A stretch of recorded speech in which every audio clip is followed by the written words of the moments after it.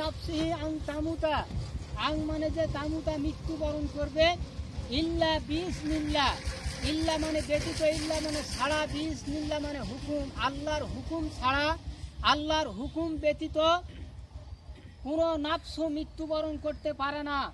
কিতাবাম মুআজ্জালা, কিতাবাম মানে লিখিত আছে, মুআজ্জালা মানে নির্দিষ্ট একটা সময়, প্রত্যেকটা মানুষের নির্দিষ্ট একটা সময় লিখিত আছে, সেই নির্দিষ্ট সময় আসলেই প্রত্যেকটা মানুষের মৃত্যুবরণ করবেন। এই জন্য আল্লাহ রাব্বুল আলামিন বলছেন, কুল ইন্নাল মাউতাল্লাযী তাফিররুনা মিনহু ফাইন্নাহু মুলাকিকুম, মরণ থেকে পালাও তুমি, মরণ তোমারে লইবে ঘিরি, যদিও শুধু আকাশ প্রাণে লুকাও সেটাই লাগিয়ে সিঁড়ি। এই মহারোগের ঔষধ নাই, এই মহারোগের চিকিৎসক নাই, নাই কোনো ঔষধ জগতে, খুঁজিয়া কাতুর হলে কি হবে, পারিবে না তারে ফিরাতে। মৃত্যু অবশ্যই আসবে এবং গ্রেপ্তার করবেন।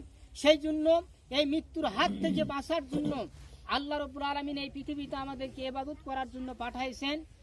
সকলকেই ইবাদত করে আল্লাহর কাছে আমাদেরকে উঠতে হবে। আজকে যে মাইয়াতের জন্য আমরা দাঁড়াইছি, আল্লাহ রাব্বুল আলামিন ওনাকে যেন কবরে আযাব মাফ করে দেয়, আমরা সকলে বলে আমিন। ওয়া আখিরি দাওয়ানা ওয়া আলহামদুলিল্লাহি রাব্বিল আলামিন।